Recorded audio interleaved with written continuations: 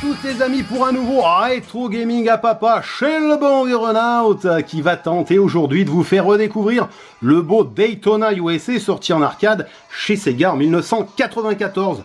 Bon, encore un racer produit par les studios AM2 et par le grand designer Toshihiro Nagoshi. Donc nous parlerons un petit peu rapidement de sa carrière, ce designer prolifique chez Sega Arcade. Et puis commençons bien sûr par un petit peu de technologie en parlant de cette carte Model 2. Donc il s'agit d'une extension de matériel du Model 1, hein, vous l'avez deviné. Je vous renvoie directement à ma vidéo sur Virtua Racing. Cette extension permettait tout simplement d'apporter plus de réalisme en texturant les polygones, donc le fameux texture mapping.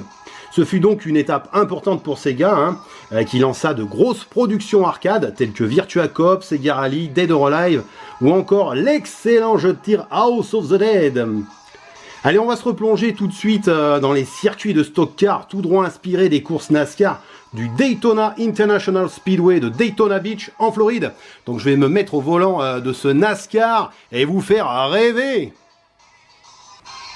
Voilà, c'est du classique comme Virtua Racing. 3 courses, facile, avancé, expert. Donc on va commencer avec 8 tours pour la beginner, hein, le 3-7 Speedway pour les débutants. La première course qui rappelle bien sûr Daytona. Automatique, manuel pour la transmission. On va se mettre en manuel 4 vitesses. Ça sera quand même plus pratique pour drifter plus simplement dans les virages, vous allez voir. Voilà, départ lancé pour cette première course. Voilà le Daytona Speedway à Daytona Beach en Californie. Donc voilà, c'est très beau, hein, voilà, on voit, c'est texturé du sol au plafond, contrairement au bon vieux Virtua Racing qui n'avait que des polygones colorés. Là, tous les polygones sont texturés. Attention, premier virage, on passe en deuxième, en rétrograde, troisième, quatrième, voilà. Donc vous avez vu, il faudra vite passer rétrogradé bien avant le virage, enfin ce virage serré, pour bien drifter, bien prendre la courbe. Donc c'est la seule technicité de ce circuit débutant. Voilà, il faudra slalomer un petit peu entre les NASCAR, faire sa place. Hop, je rétrograde, je drift, je récupère, troisième, quatrième. Voilà, et dans la ligne droite, on en profite pour doubler tout le monde. Voilà, c'est très très beau. Voilà, ça rappelle des souvenirs en 94, ce Daytona Arcade, tout le monde s'en souvient. Texture mapping magnifique. Merci Sega Model 2. Voilà, on admire le Sonic. Le Sonic qui est sculpté dans la falaise façon Mont Rochemort, c'est très joli, très original. On voit la foule. Merci donc bien sûr à cette carte Sega Model 2 qui fait le café, mais pas que. On peut remercier aussi bien sûr ce grand designer Toshihiro Nagoshi, voilà, qui en 89 sort avec son diplôme de l'université d'art et de design de Tokyo. Et puis bien sûr, grâce à ton talent, on va être très vite embauché par les studios M2 de Sega, sous l'œil bienveillant bien sûr de notre ami Yu Suzuki, qui va le mettre très très vite au boulot, qui va lui faire confiance quand même sur des projets importants. Des projets arcade, hein, tels que Virtua Racing, Virtua Fighter 2, Scud Race en arcade. Voilà, même Shenmue pour son projet, il sera lead designer, voilà, programmeur en chef. Donc il aura vraiment son regard avisé sur Shenmue.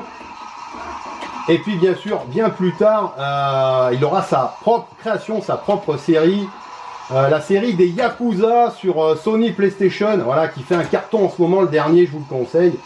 Si vous avez une PlayStation 4, vous allez vous régaler avec ce Yakuza de Sega. Est-ce que je vais y arriver? Dernier virage. Allez, on drift. Et il faut que je récupère mes places. Est-ce que je vais y arriver? 4 secondes. Donc ce circuit n'est pas forcément très technique, mais enfin si vous n'êtes pas concentré, vous allez frotter, vite perdre des places. Alors bien sûr, vous risquez de vous cracher, hein, parce que le Sega Model 2 gérait bien aussi J'irai assez bien. Aïe aïe aïe, je vais être chaud. Oui. À la dernière seconde, c'est beau. Voilà, là j'ai eu beaucoup de chance, je finis premier, je vous parle. Voilà, là on voit bien le Sega Model 2, les textures. Voilà, cette vue d'hélicoptère sur le circuit de Daytona. Avec cette superbe NASCAR Hornet. Alors on aurait pu croire que voilà, cette voiture était une création Sega, mais enfin pas du tout. Elle est tout simplement inspirée de la Chevrolet Beretta, voilà, qui a été bien sûr montée comme il se doit pour le NASCAR. C'est pour ça qu'on a du mal à la reconnaître, cette Chevrolet Beretta que je vous ai mis en photo dans l'intro.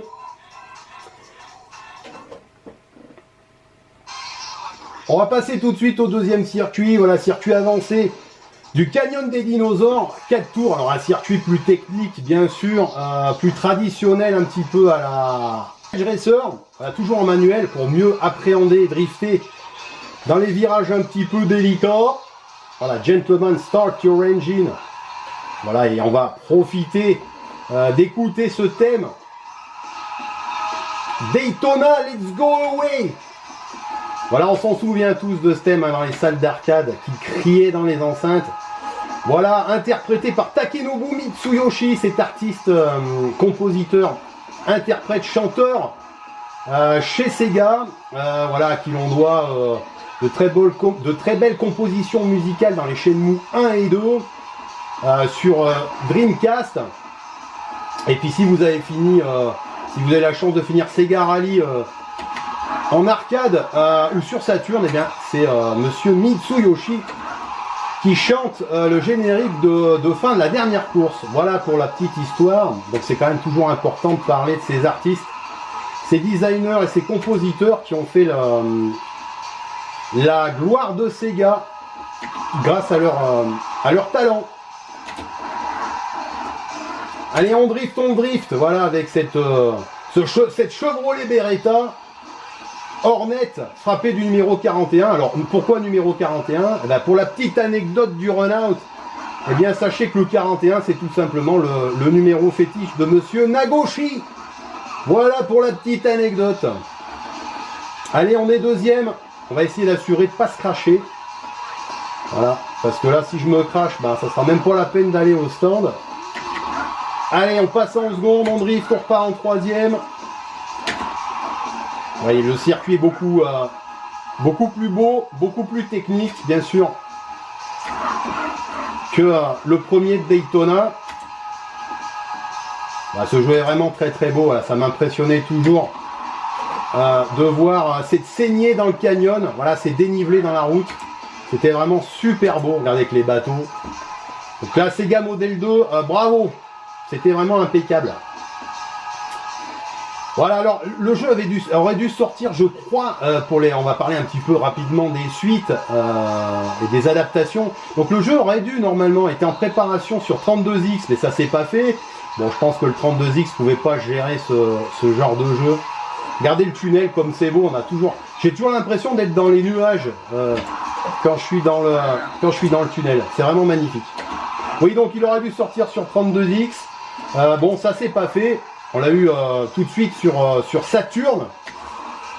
Bon, alors sur Saturn, que dire? On peut pas dire que c'était une déception, mais enfin, le jeu a mis un petit peu de temps à sortir.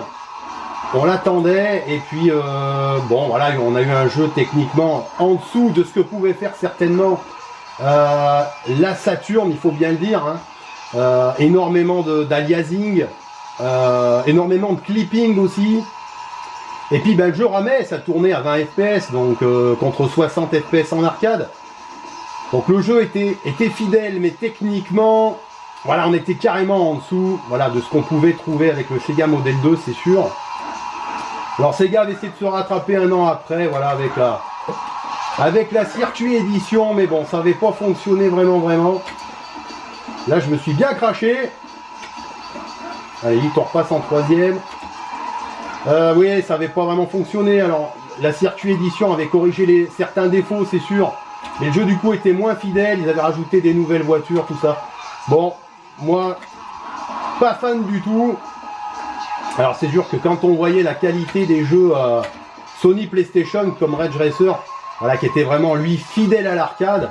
Bon bah voilà, Daytona USA sur cette belle Saturn, voilà, faisait pas le poids, voilà, mais bon, je vous le conseille quand même si vous l'avez pas, c'est un jeu à avoir dans sa collection Saturn. À jouer avec le volant, on retrouve les thèmes musicaux de monsieur Mitsuyoshi. Voilà, le jeu est quand même fidèle, même si ça rame un peu, je vous le conseille. Voilà, avec certainement les programmeurs, les jeunes programmeurs de l'équipe AM2 de Sega qui s'était fait un petit délire en photo. Voilà, je ne vais pas vous montrer la troisième course, hein, le Seaside Street Galaxy, parce que le circuit est pas forcément long, mais il est assez difficile.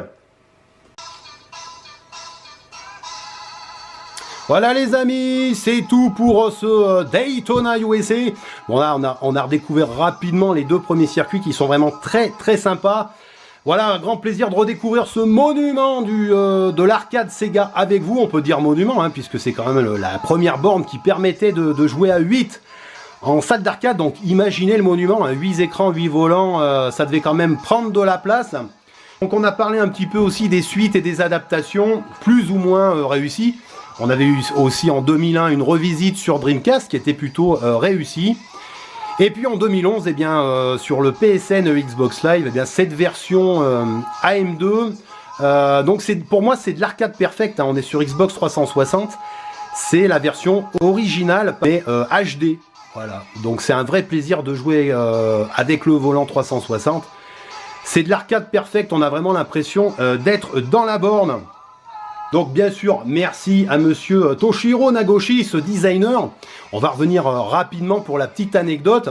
Il avait dû, au début des années 2000, eh bien, renouer avec ses premiers amours Nintendo, puisqu'il avait découvert les jeux vidéo grâce à la NES que lui avait offert sa petite amie.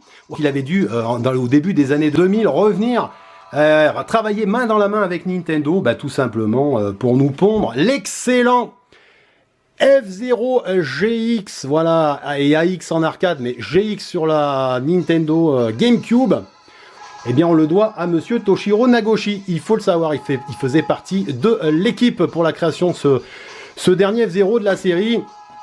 Et puis, bien sûr, je vais parler rapidement de Shenmue 2. Voilà. Donc, monsieur Nagoshi avait aussi travaillé avec monsieur Yu Suzuki sur cette grande série. Donc, voici cette version japonaise. J'en profite pour faire un coucou et un grand merci à mon ami Mac Geekver. Salut Mac! Voilà, un grand plaisir de redécouvrir tout ça avec vous. Renaud vous dit à très bientôt les amis pour un prochain Retro Gaming à Papa. Salut les amis! Salut!